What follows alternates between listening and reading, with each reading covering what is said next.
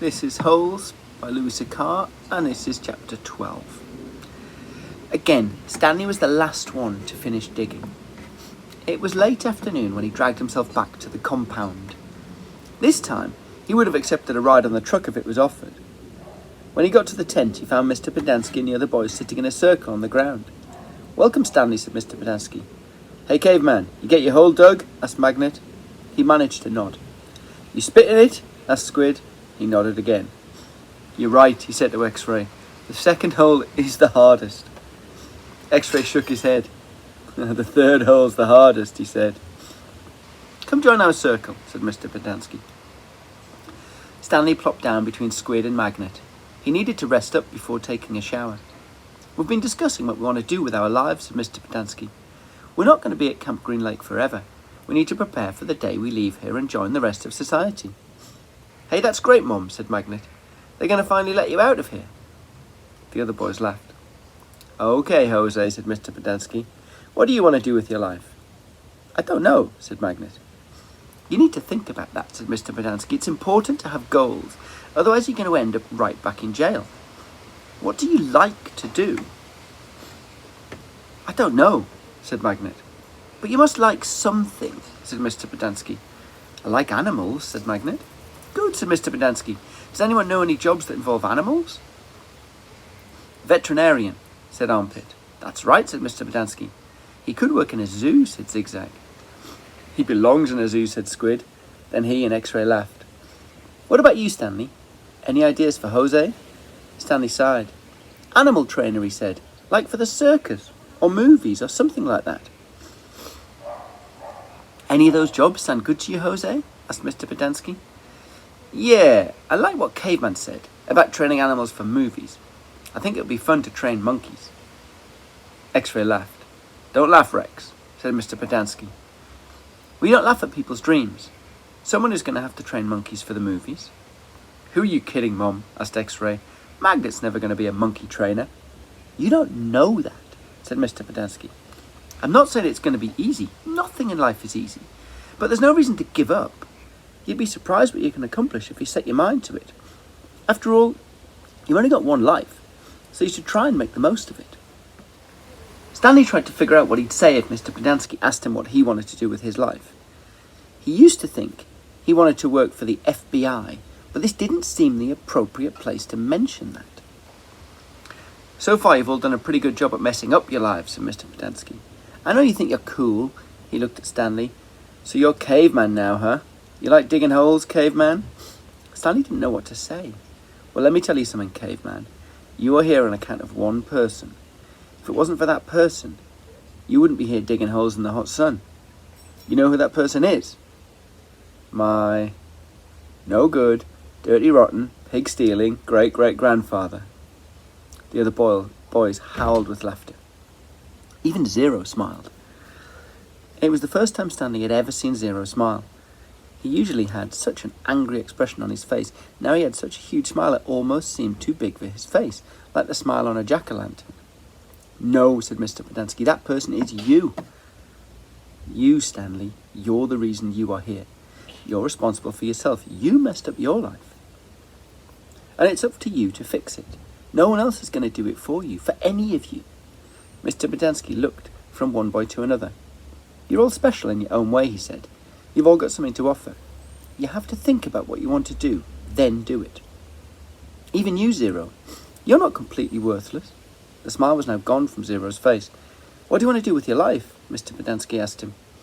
Zero's mouth was shut tight as he glared at Mr. Pedanski. His dark eyes seemed to expand.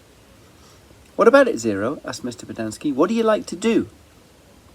"I like to dig holes." This is Holes, and it's chapter 11, Louisa Carr. All too soon, Stanley was back out on the lake, sticking his shovel into the dirt. X-Ray was right. The third hole was the hardest. So was the fourth, and the fifth hole, and the sixth, and the... He stuck his shovel into the dirt. After a while, he'd lost track of the day of the week, and how many holes he'd dug. It all seemed like one big hole, and it would take a year and a half to dig it. He guessed he'd lost at least £5. He figured that in a year and a half, he'd be either in great physical condition or else dead. He stuck his shovel into the dirt. It couldn't always be this hot, he thought. Surely it got cooler by December. Maybe then they froze. He dug his shovel into the dirt. His skin had gotten tougher. It didn't hurt so much to hold the shovel. As he drank from his canteen, he looked up at the sky. A cloud had appeared earlier in the day. It was the first cloud he could remember seeing since coming to Camp Green Lake. He and the other boys had watched it all day, hoping that it would move in front of the sun. Occasionally, it got close, but it was just teasing them. His hole was waist deep. He dug his shovel into the dirt. As he dumped it out, he thought he saw something glisten as it fell onto the dirt pile. Whatever it was quickly buried. Stanley stared at the pile a moment, unsure if he'd seen it. Even if it was something, what good would it do him? He'd promised to give anything he found to X-ray. It didn't seem worth the effort to climb out of his hole to check it out. He glanced up at the cloud, which was close enough to the sun that he had to squint to look at it. He dug his shovel back into the earth, scooped out some dirt, lifted it over his dirt pile. But instead of dumping it there, he tossed it off to the side. His curiosity had got the better of him. He climbed out of his hole and sifted his fingers through the pile. He felt something hard and metallic. He pulled it out. It was a gold tube, about as long and as wide as the second finger on his right hand. The tube was open at one end and closed at the other. He used a few drops of his precious water to clean it. There seemed to be some kind of design on the flat, closed end. He poured a few more drops of water on it and rubbed it on the inside of his pants pocket.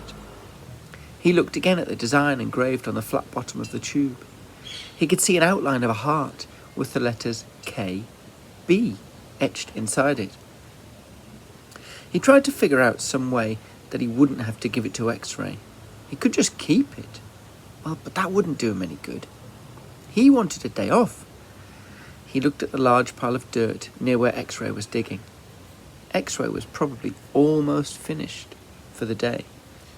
Getting the rest of the day off would hardly do him any good. X-ray would first have to show the tube to Mr. Sir and Mr. Pedansky, who would then have to show it to the warden. By then, X-ray might be done anyway. Stanley wondered about trying to secretly take the tube directly to the warden. He could explain the situation to the warden, and the warden might make up an excuse for giving him the day off, so X-ray wouldn't even suspect. He looked around the lake towards the cabin under the 2 oak trees. The place scared him. He'd been at Camp Green Lake almost 2 weeks and still hadn't seen the warden. That was just as well.